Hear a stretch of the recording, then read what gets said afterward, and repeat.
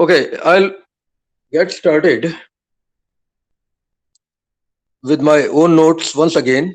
A quick rush through what we have already been talking about.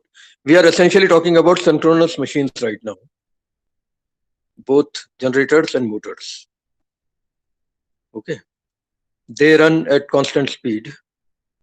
That's the difference compared to asynchronous machines. Now, for alternator, we have already seen a lot of things, including an equivalent circuit. Motor is what I'm going to be talking about very soon, but let me finish talking about alternators or synchronous generators first. We have gone through all this, so I'm quickly going through it. I'll come to the point where something new has to be spoken about.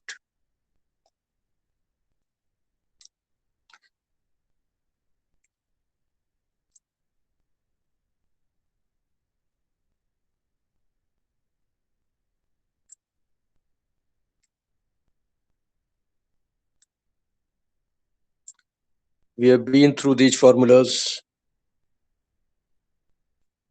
and cooling mechanisms, etc., etc. The salient pole rotor versus cylindrical rotor. A lot of practical info is there in these notes. You may not be able to remember everything. I realize that. It's probably good to get an overview. That's it.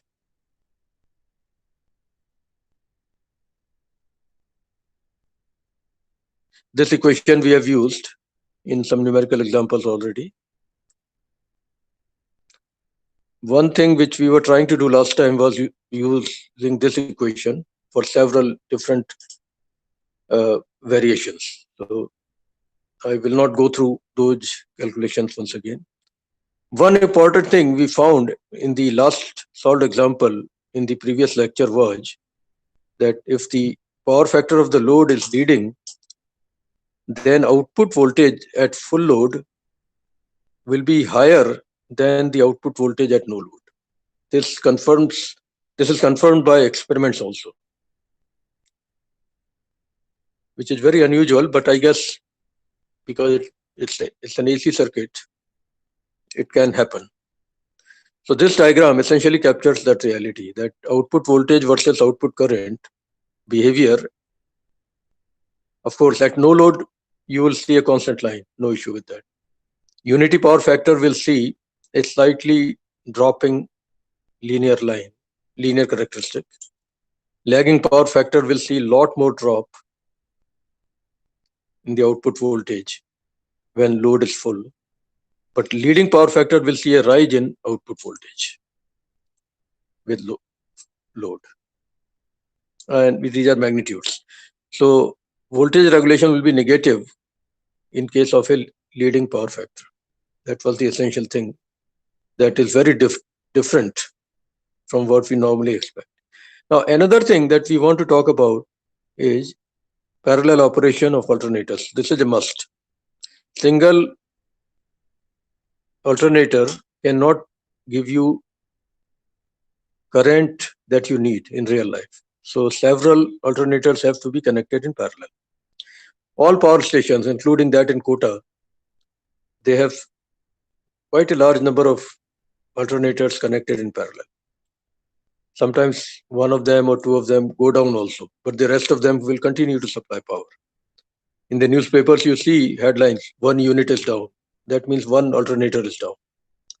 Maybe the turbine is bad, maybe something else is wrong, who knows? Or maybe they have shut it down only for maintenance.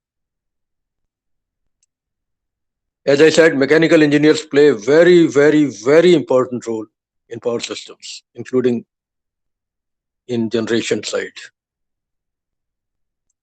Now, for parallel operation, the most important things are written here. Output waveforms from each of the alternators should be similar or should be identical actually, including frequency. Practically, it's not possible, so you put a limit. If you want 50 hertz frequency from each generator, you will say plus minus say 1 hertz variation is allowed, practically speaking. This is my guess. Okay. More than 1 hertz, I think, will create problems. More than 1 hertz error, I mean, between frequencies. Phase sequence has to be the same. If you are using phase going down by 120 degree throughout from one to the other generator, from one to the other winding in the same generator, then you should do the same thing in other generators also. What I mean is, if you have minus 120 degree, minus 240 degree phase shift among the three windings in an alternator, you should have identically the same thing in the other alternators also. The sequence, positive sequence or negative sequence, whatever it is, it should be consistent in all the alternators.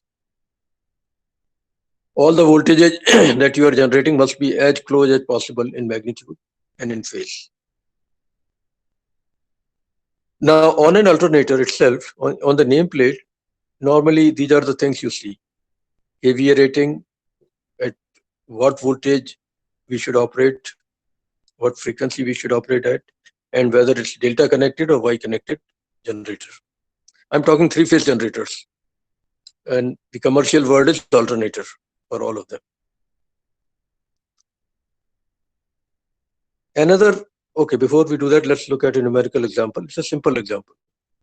Calculate the power loading in kilowatt of a three-phase 415 volt 50 hertz alternator rated at 150 kVA at 0.8 power factor if the load has a power factor of 0.8 or 0.6. These are line voltages which are specified all the time.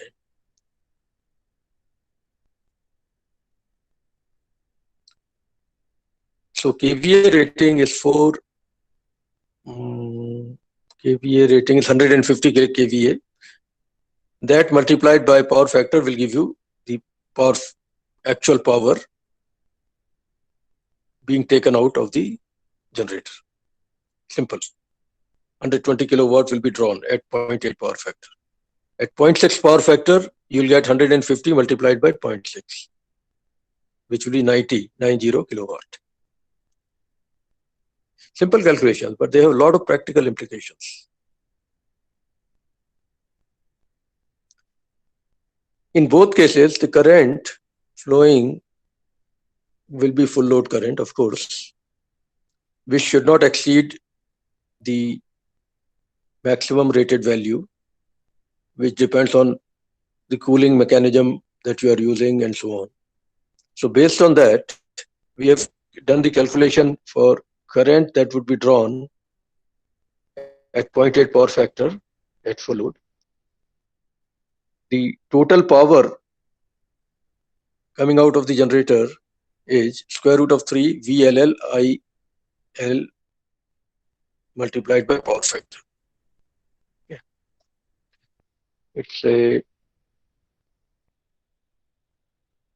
well, they are not mentioning whether it's delta or star, right? So the current, the line current will be 208 amperes. You can do the calculations easily. Okay. Phase current you cannot calculate because you have not been told whether it's delta connected or Y connected generator. So let's stop at line currents.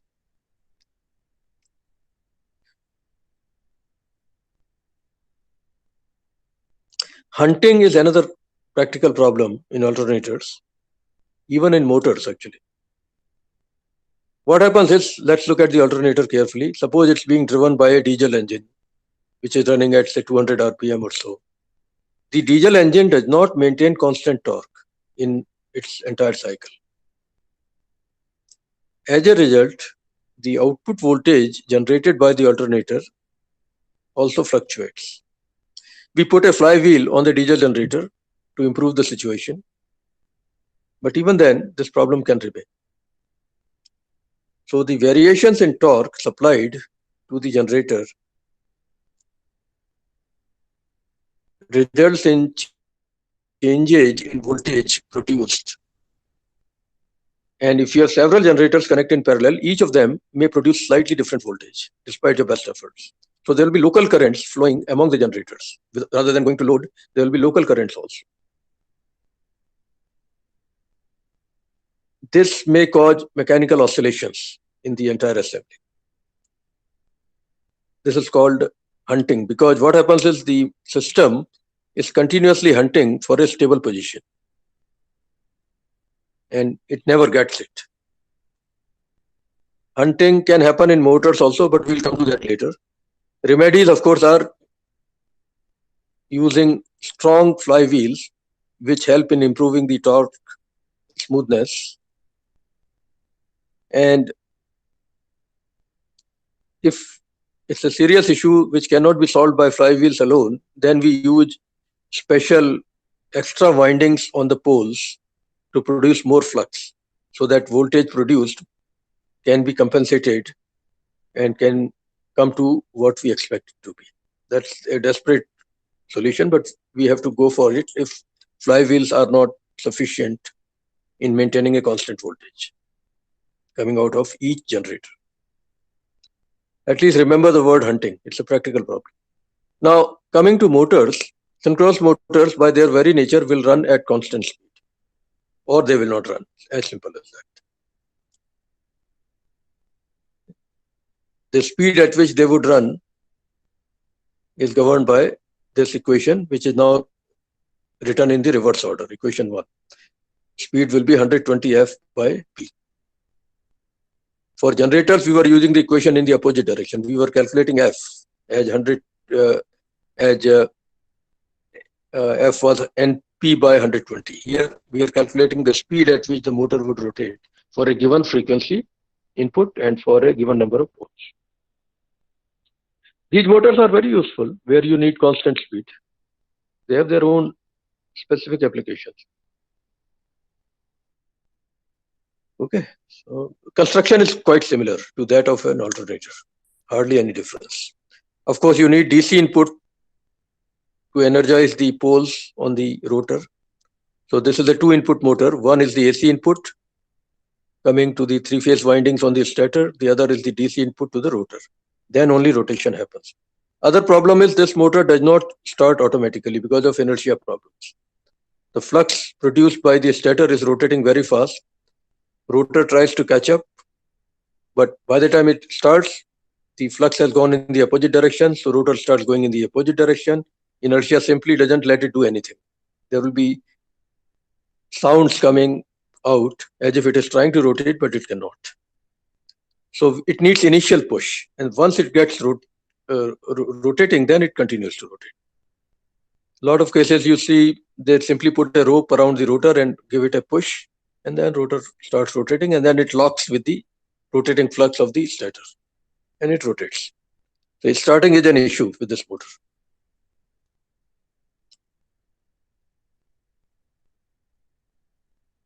Salient pole construction is more popular, especially if you are dealing with low speeds.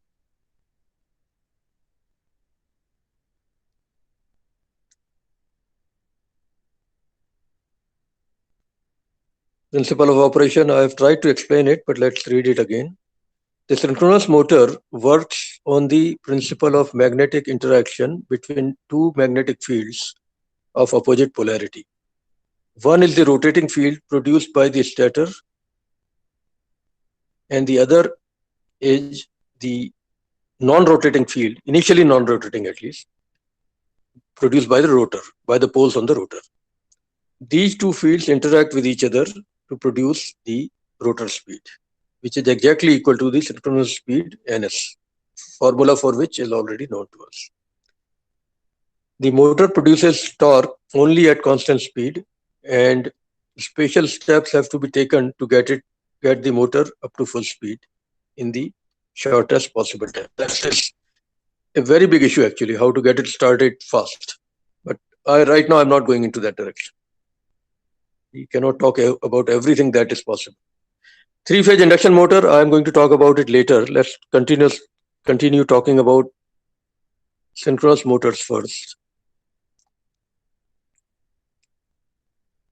On synchronous motors also, there are some numerical problems. And before we go into numerical problems, we again have to come up with an equivalent circuit.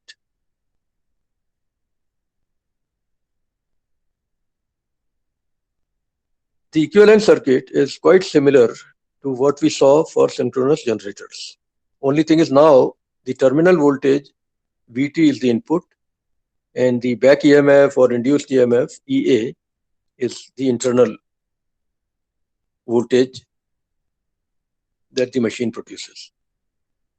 The functionality is reversed now compared to the alternator. But otherwise, the equivalent circuit is virtually the same. You have a series resistance in the circuit, which represents the resistance of the stator windings. This is per phase circuit, by the way. We have a reactance called armature reactions reactance, XAR, like we saw in alternators. And then we have the reactance produced by the inductance of the stator windings.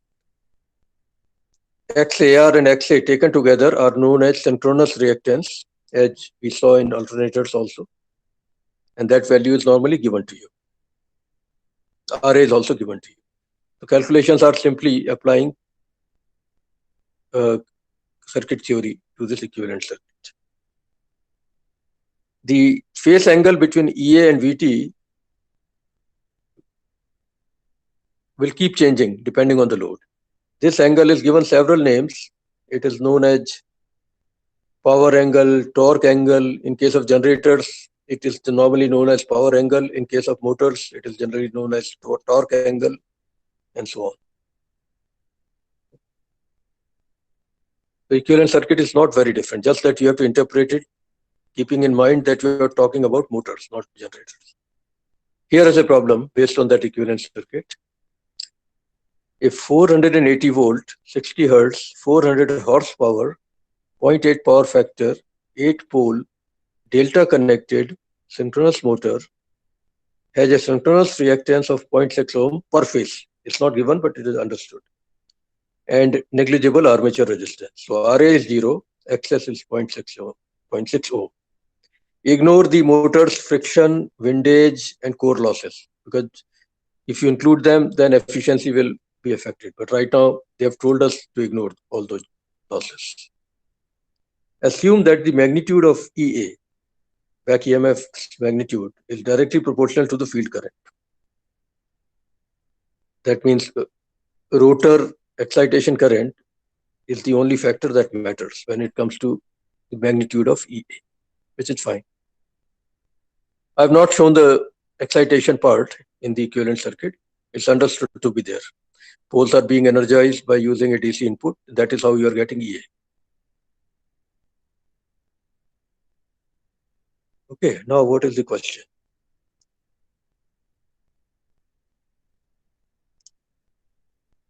Magnitude of EA is given as 480 volts when the field current is 4 amperes. The rotor input current is 4 ampere DC. Fine. Calculate the speed of the motor. Question 1. NS equal to 120 F divided by P. Simple.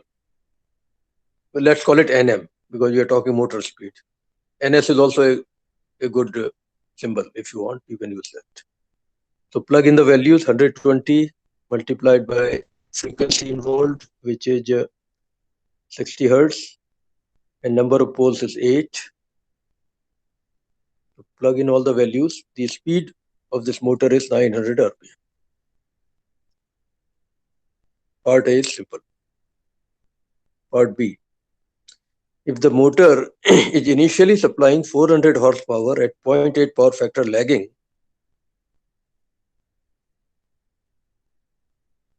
calculate the magnitudes and phase angles of EA and IA. EA magnitude is given, but it may change now. Let's see what happens in part B. Since losses are negligible, output mechanical power equal to input electrical power. We can call it PM or PIA. Input electrical power is obviously equal to output mechanical power, which is 400 horsepower. So you multiply 400 by 746, you get 298.4 kilowatts. That is the input electrical power. Now, input power for a three-phase system, whether it's delta or star, is also written by this formula. I've done it in the past. Square root of 3 magnitude of line voltage multiplied by magnitude of line current multiplied by power factor. If I use that formula, VLL is terminal voltage because this is a delta connected motor. So terminal voltage will be same as line voltage. So I can calculate the magnitude of IL based on this equation. It turns out to be 448.65 amperes. That is line current magnitude. It's a delta connection. So phase current will be line current divided by square root of 3. We have done that in three-phase systems, right? So I get line current's magnitude as 259.03 ampere. Now phase current magnitude. Now phase current's phase angle will be determined by the power factor, which is 0.8 lagging. I think it's given. Double check. Yeah, it's 0.8 power factor lagging.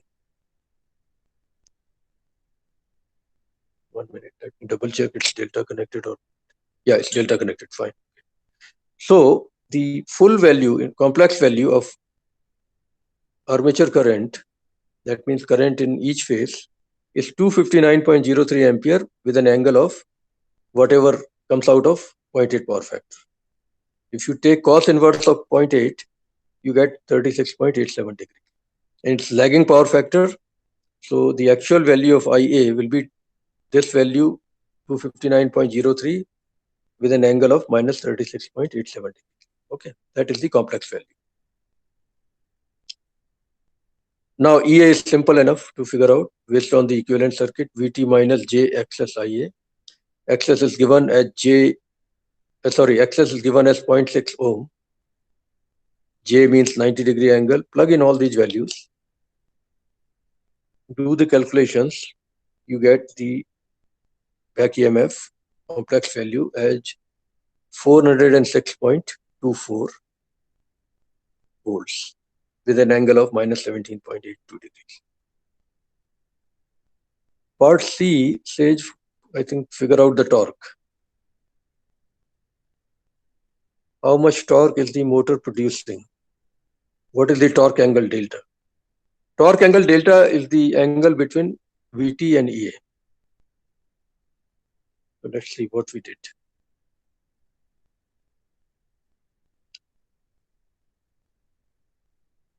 You should try to solve this problem by yourself as well.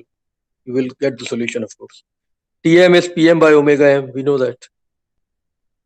Okay. Omega m is 2 pi nm by 60. Nm is 900 rpm. So figure out omega m first, which is 94.2478 radian per second. Pm is 400 horsepower, which we have already calculated as 298.4 kilowatt. So use that value divided by omega m that you have got. You get the torque, which is 3166.12 Newton meter. Please check my calculations carefully. Torque angle is simply delta with the appropriate sign, minus 17.82 degrees. Now, maximum torque, that is the last part of this problem.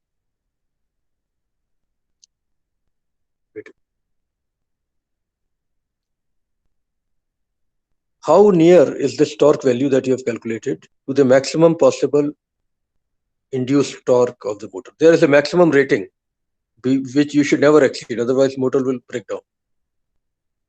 Okay, and that value will changes on IF, changes with IF, but we assume that the IF is constant throughout, so flux is not changing, or rather EA is not changing. Let's put it this way, the inherent EA. So what is happening is, try to get a picture here clearly. Maximum torque, I'm telling you right now the formula for it. I'll prove it later at the end. Maximum possible torque is given by this formula: 3 times magnitude of VT multiplied by magnitude of IA divided by omega m into XS. This is the maximum theoretical torque that the machine can produce. The proof is given at the end. Okay. So if I use this formula, the maximum torque that the machine can possibly generate is 10344.81 Newton.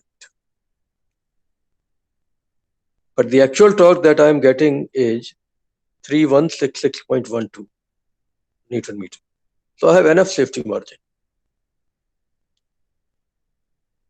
I'm operating almost at 30% of the maximum value, which is safe. The motor will be happy. Okay, torque wise at least. Current wise is another story. How much current, how much armature current we are drawing versus how much is allowed. That safety factor also is very important. Torque will, if you exceed the torque value beyond the maximum permitted, mechanical breakdown will occur. If you exceed the armature current beyond the maximum value, windings will burn out. Both are equally dangerous situations. Okay. Okay. Next one says for the motor in problem 1, if magnitude of EA is increased by 30%, calculate the new magnitude of the armature current. Also calculate the motor's new power factor. I'll give you a formula which is proven at the end. For the same output power, EA multiplied by sine delta is constant. And we are assuming same output power in problem 1 and in problem 2. But EA has been increased by 30%. So the new EA is, wait a minute, 406.24 multiplied by 1.3, magnitude at least.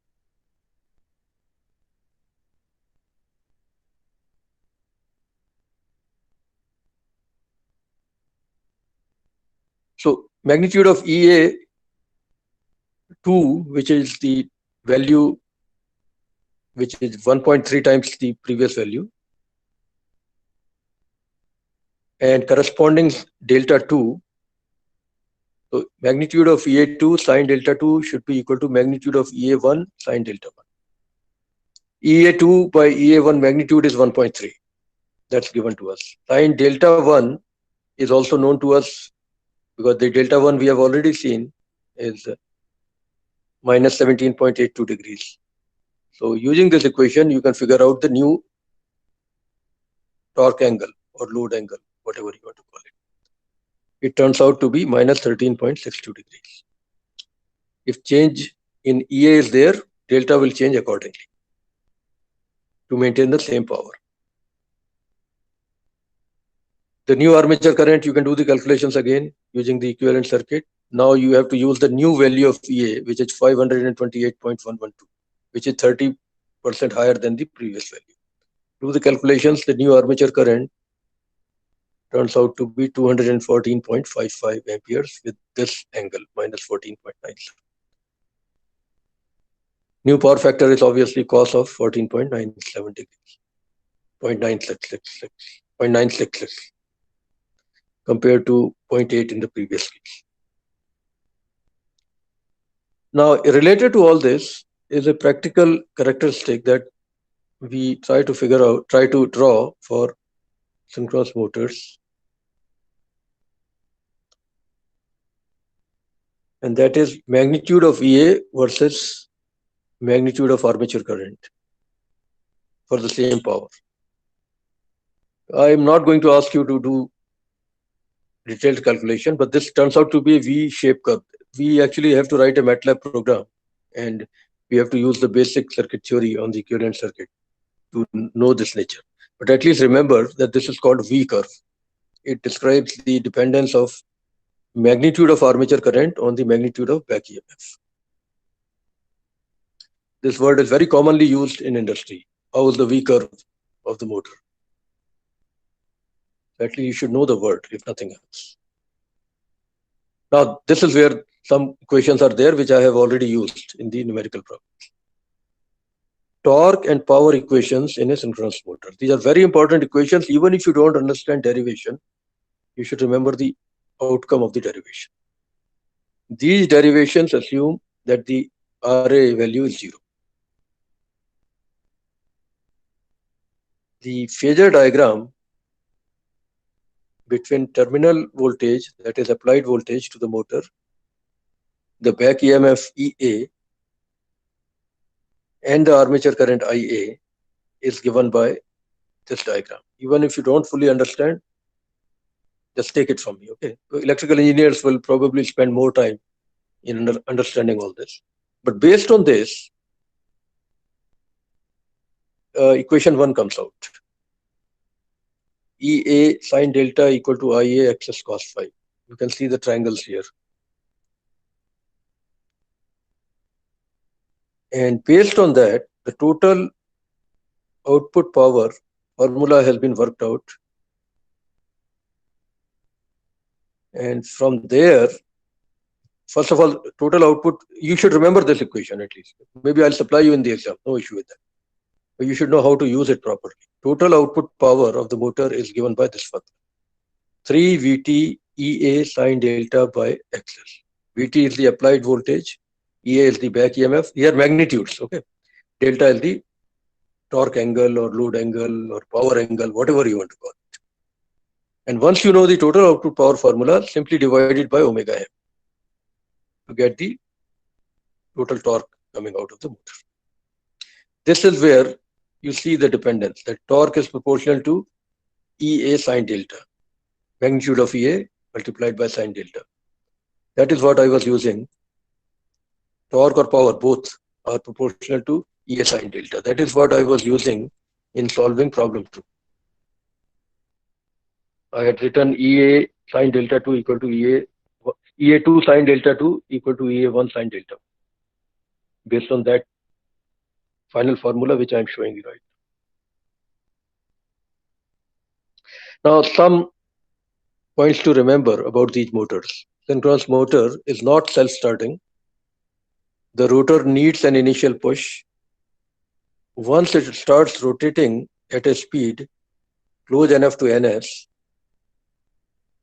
its flux locks, this is LOCKS by the way, locks with the rotating flux produced by the stator winding, and rotor keeps rotating even without any external push. It needs to be given a push in the beginning, that's it. After that, it doesn't need any extra mechanical input. Synchronous motor runs at a constant speed, ns. The formula is given right here, 120 F by P. Synchronous motor needs 2 electrical inputs, DC input to the rotor and 3-phase input to the stator. That is a disadvantage, but we have to live with it. Okay. Let me show you one more thing.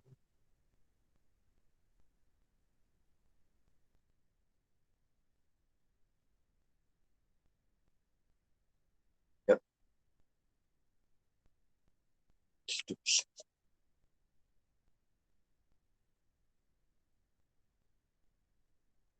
I've tried to write in my own words the explanation for the fact that synchronous motor cannot self-start.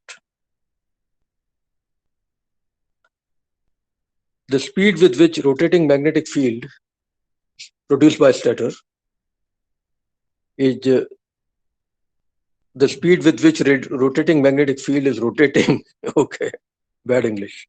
The speed with which rotating magnetic field is rotating is so high that it is unable to rotate the rotor from its initial position due to the inertia of the rotor.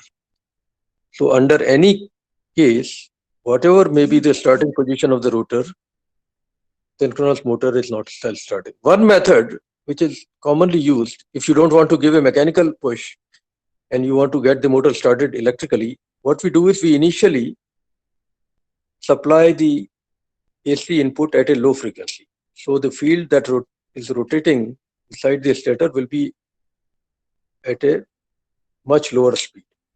The rotor is able to catch up with it. Inertia will not stop rotor from catching. The rotor will start rotating at a small speed at least. Then you increase the frequency of the input to what you want it to. Rotor, since it's already rotating, will catch up to the new speed automatically. This is a very powerful electrical technique for starting the motor in case you want to avoid giving the mechanical input in the beginning. There are many other methods for starting synchronous motors, but I think this will go on forever if we continue this way, because despite the fact that synchronous motor has very practical applications, has very specific practical applications, the fact remains that 90% of AC motors used today are not synchronous motors. They are actually asynchronous motors. That is why I want to spend more time on asynchronous motors. But there are niches where synchronous motors are the only solution. So keep in mind that synchronous motors, despite the fact that they need two inputs, one DC and one AC, they are still very popular for specific applications. Now let's see one more.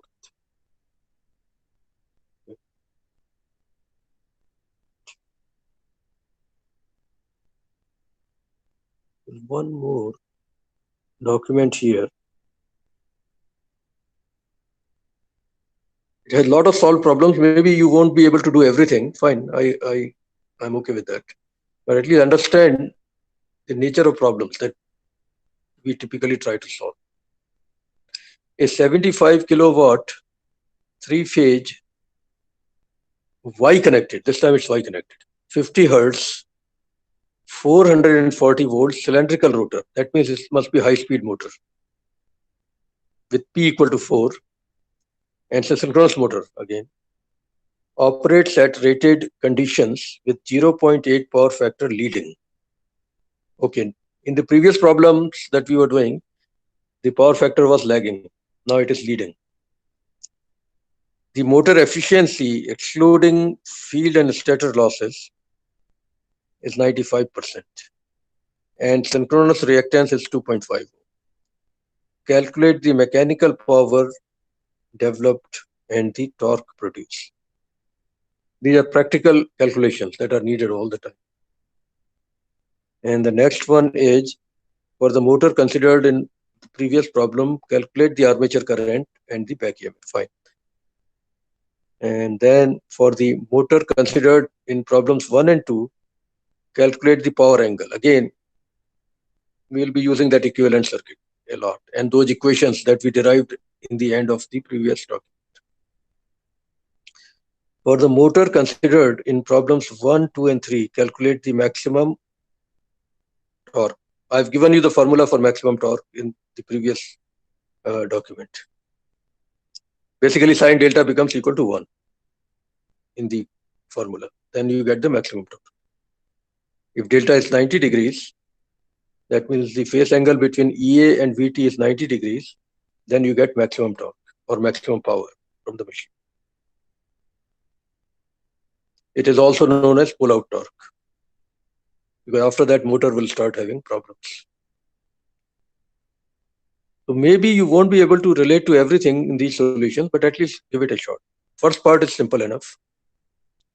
Synchronous speed is 120 F by P. Put in the values, you get 1500 RPM. This motor is a high-speed motor. Mechanical power developed, electrical loss is 0, but efficiency is still 95%. So let's look at the electrical. First of all, look at the actual mechanical power developed, because 95% efficiency is there because of mechanical reasons, friction, etc. Okay. Output power is 75,000 watt divided by 0.95 to get the actual mechanical power developed by the torque, by the machine. It turns out to be 78947.37. And corresponding torque, of course, can be calculated very easily. PM divided by omega Omega can be calculated from this given value of N. So if you plug in all those values, torque turns out to be 502.59 Newton meter. Omega M is calculated here on the left side, 157.08 radian per second. Okay. Problem 1 is purely mechanical calculations. No electrical calculations are required. Problem 2 says calculate armature current and back EMF. Now you will need the equivalent circuit. By the way, simulation tools are around to do these calculations in any case. In reality, either MATLAB programs are there or simulation tools are there to do all these calculations. Anyway, let's look at conceptually what we are doing in problem 2. Electrical loss is 0.